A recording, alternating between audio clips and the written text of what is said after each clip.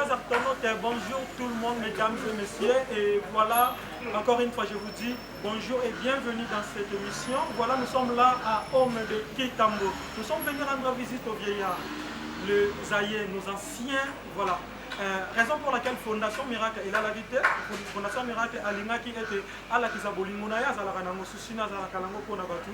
Le lot a préparé qui moi quelques biloko ya zalaki nango na moyen na ye lelo tokiti sur le terrain na homme vieillard pour rendre bango visite et partager quelques moi biloko ya mokie toza nango toya kopartage yango na bango na part ya amour alobi moto azangi bolingo akomona nzambe te. Fondation Miracle avec leader na ye na kotanga kombo te pour le moment azalaki na mwa souci ya koveiller na population et puis ya bato na bango yango lelo apensaki mingi na bavieillard nde toza awa sur le terrain pour rendre visite na bavieillard. Je vous invite à rester connectés et comme je disais ensemble avec vous, nous allons découvrir vraiment comment nos vieillards vivent. Nous allons hommes de vieillards et nous, population, des fois, il y a des visite et contrats, donc ensemble avec vous, je vous invite ensemble pour découvrir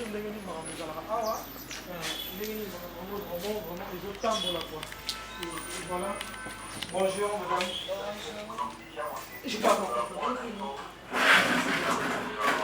C'est la Fondation Miracle. La Fondation Miracle, nous sommes venus vous rendre visite pour rendre Bavia, mais surtout, nous fonctionnera vraiment à quoi.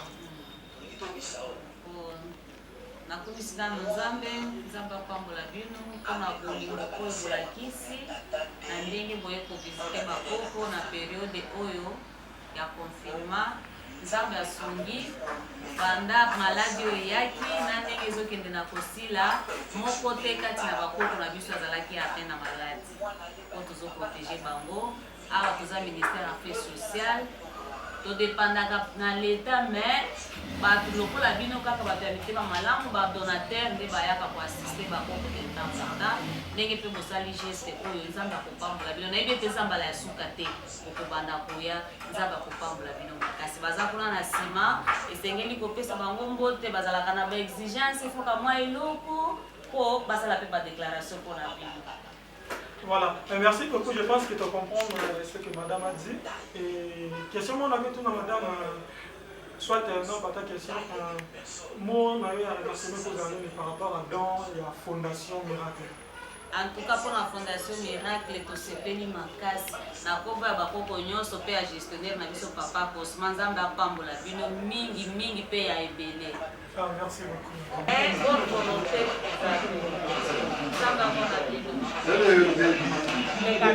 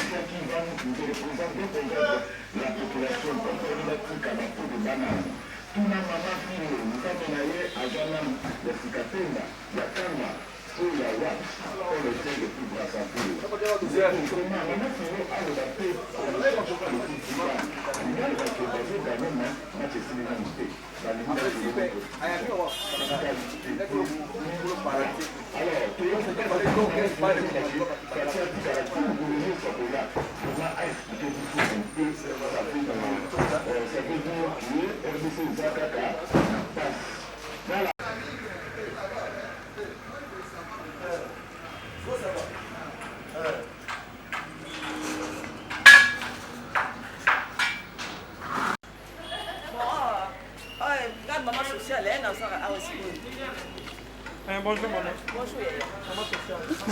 Voilà, donc vous êtes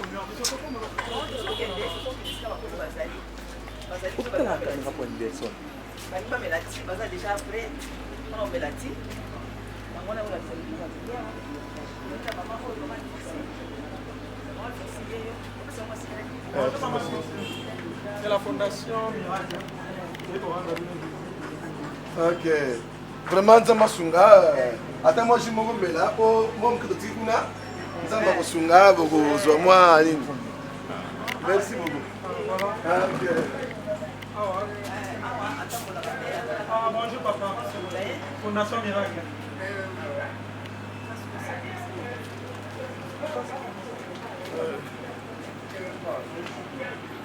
Vous avez pas mon aïeux, vous allez bien. Merci beaucoup. Ok.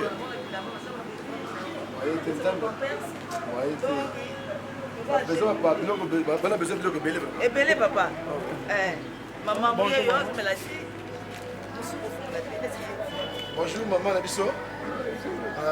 Biso Fondation Miracle, ba Nabino. Totambola ka totala bino aka. Tebisa bino telenga bino mingi. Yango wana kaka. Ata moi j'ai mon côté bien sima. OK. Maman donne le bandeau de voilà. Oh bah yemba sakayo ça yeyo. Ah. Ya cela en tout cas maman za bombolo mingi. Total bino ko tenga bino mingi. Donc le boko nzambe za na bino. Ata mingi o personalité ata moi jumela. Za ba ata mo la bino. Ah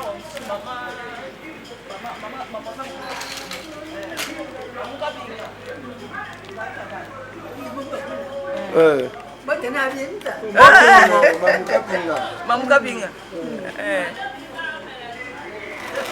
Tota la bino. Biso tsaka ba na bino, on la taji mongo. OK. Ngana sita. Fongola. Ba fongola. Bon. Otika malamu. OK.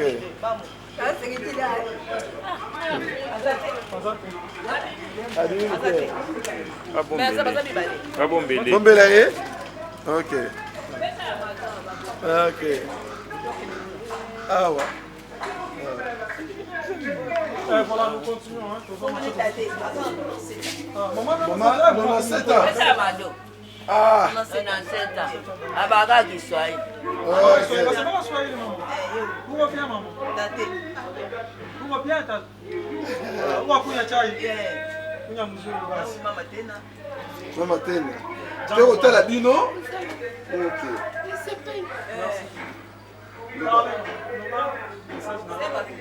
Sema, wasema. Loba. Kitu moja. Loba talika mogo. Merci. Tali baga mogo. Kiswahili. Nazali na église awa Dieu te félicite. OK. Wanapenda. Merci beaucoup. OK. Bon mais la table Jimoko. OK. Tate. Ah, ben la table Jimoko hotel à Bino. Merci beaucoup hein. Toujours continuer, Timba.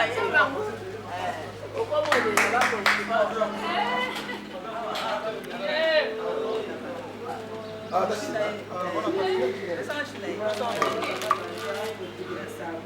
Bon, maman,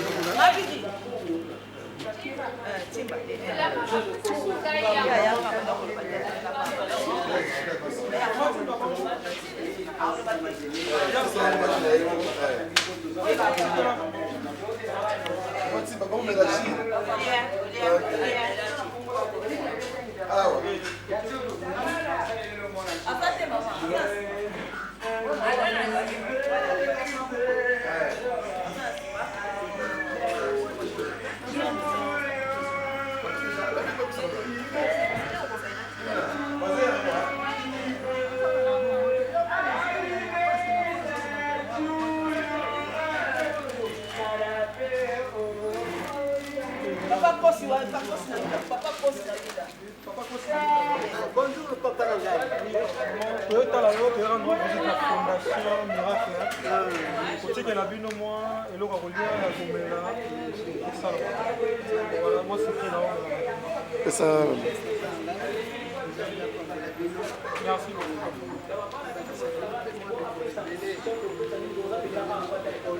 OK.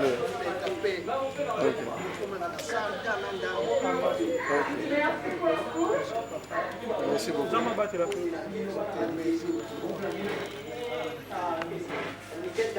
Ah ouais, c'est papa. Bonjour papa. Bonjour papa.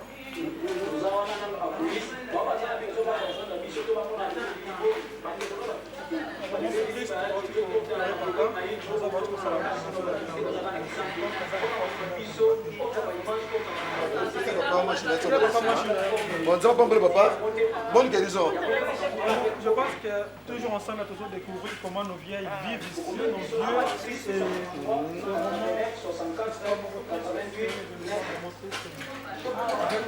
C'est la gamme.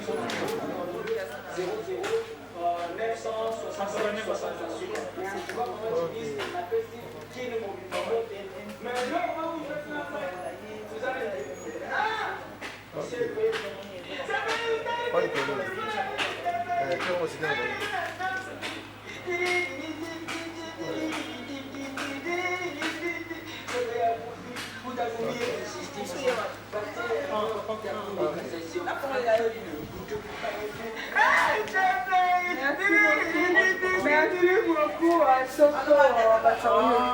Ok, c'est bon. J'espère que vous voyez les images. Tala bino pour consoler bino. Utika tamo mukia golia kuna atamo mukia komela. Lokaka symbole. Nzambe abatela yo mele ko totambola ngo pe accompagner yebikisa ona kombo na Yesu. D'abord, merci beaucoup. Nous appelons qui où est-ce qu'il y a une composition pour vous? Ok. Nous avons un sac hôpital. On va aller. C'est ça. Merci. Ok. Le book Nzambe tika na yo. Bikisa yo pe. Otambola na kombo na Yesu. Recevoir un miracle. Ok, merci beaucoup papa.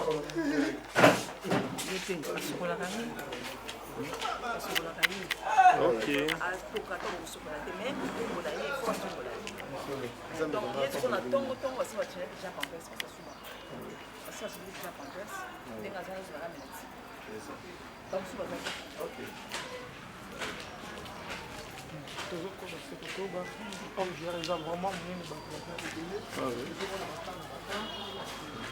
Papa Mungala. Papa Mungala, bonjour. Moi, là, Le miracle est efficace.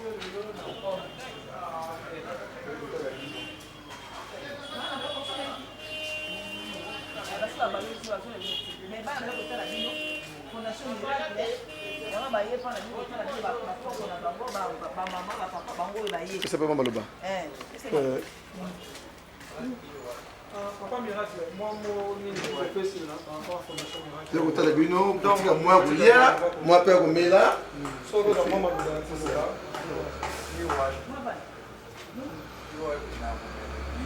C'est ça. Demandez papa au Rano le baquet. Dembélé. Dembélé. Le Manzambe a battu la bino. Après, c'est bino makasi. Après, c'est bino mikolo. Tout les gens makasi mingi. Na kombo na Yesu. Voilà, bon mais la magie. Ya kolia, ya komeleza kuna. Moi, mpenza masunga bino.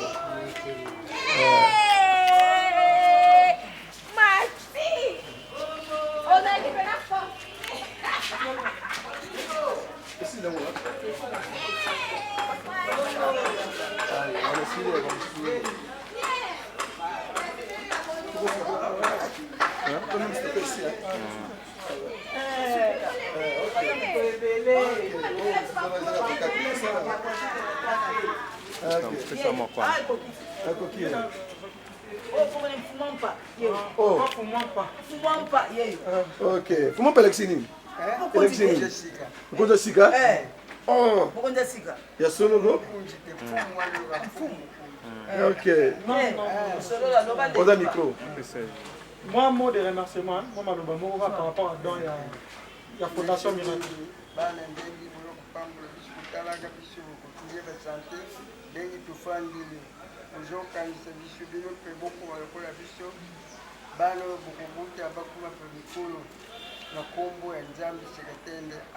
Amen. Merci beaucoup. Merci.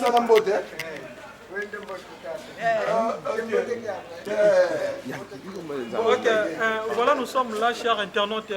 Je pense que non, déjà, et c'est là qui te visiter, te rendre une bonne situation. Comment nous bien vivre.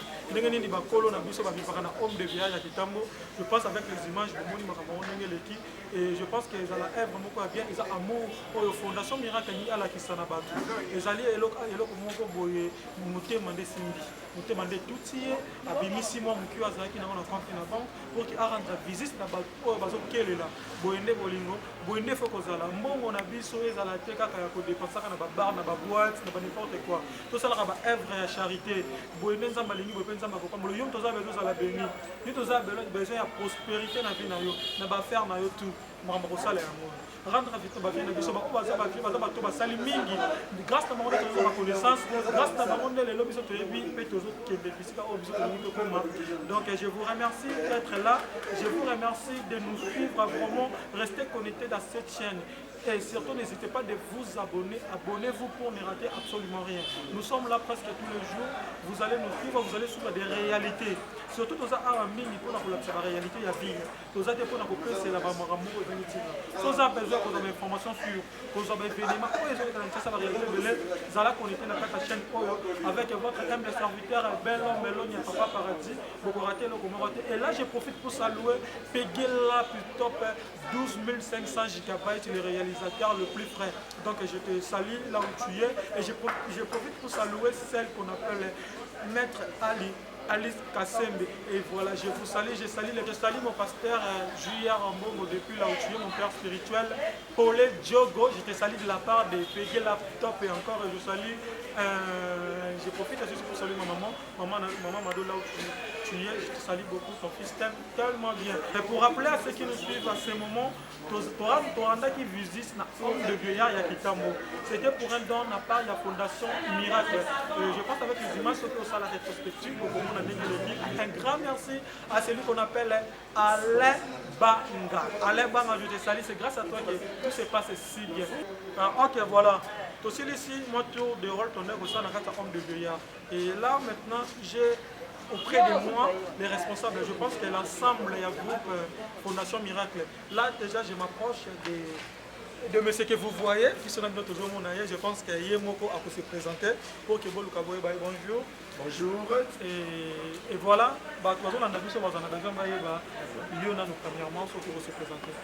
Comme on a Jeff Kitadi. Mais c'est Jeff qui t'a dit. Oui. Voilà, je pense que nous sommes clairs. Hein? Mais c'est Jeff qui t'a dit. Aux années, il y a une Fondation Miracle. Oui, bon, nous sommes promoteur, il y a la Fondation Miracle. Nous avons une Japon. Et nous avons une vision. Pour ça,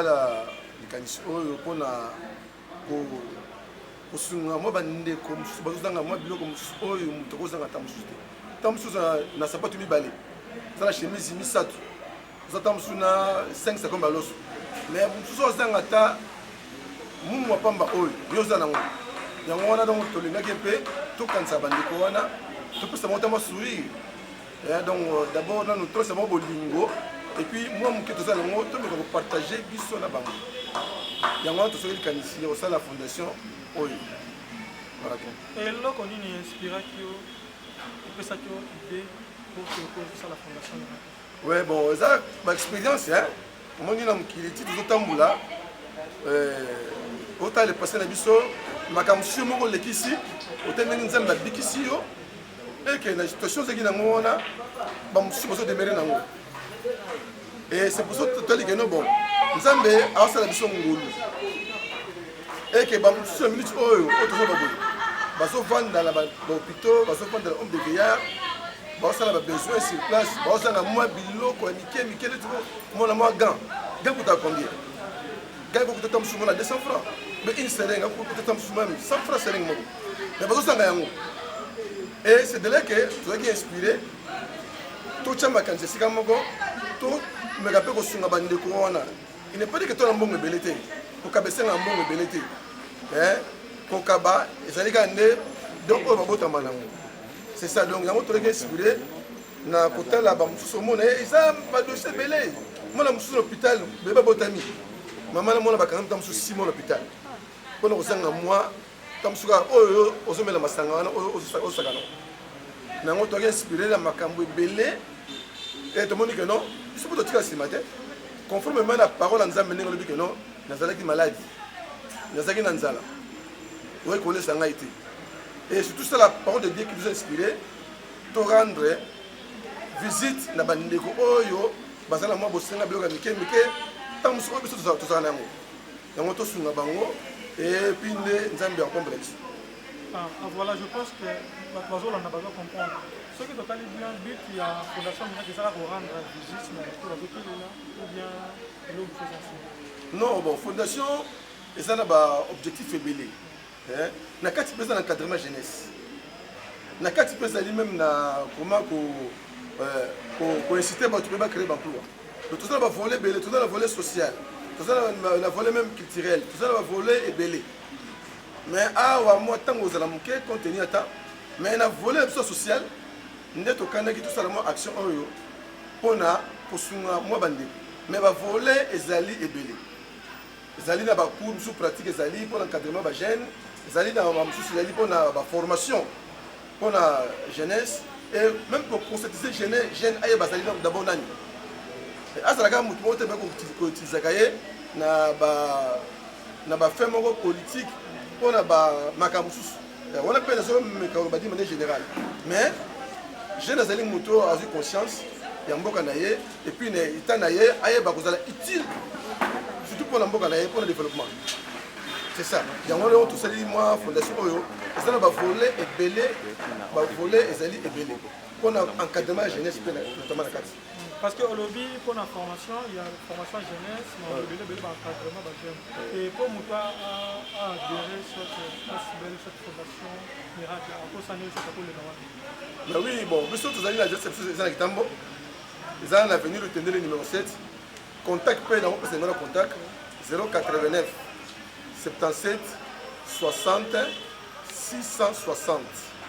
Ceux qui ont bien le numéro de la bandeli 089 77 60 660. Si vous avez un numéro, vous avez un malam. Pour mingi tamu su bazana moi le gabo paye ko pesa. Ko sunga singa raté ko zalanga belé. Même ta $1. Et ko ko sunga bandeko. So ko moni ke yo zala moyen te ya ko acheminer o zala ngwana. Contacter biso. Toko zwa aide na yo et ko koma na lolenge oyo yo lingelaki.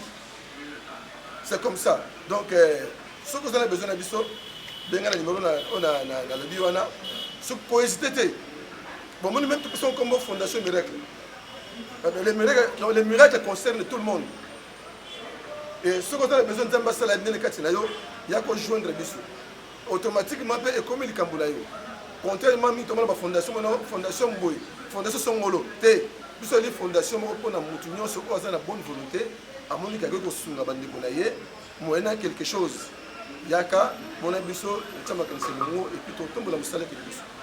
Je pense que le message est capté.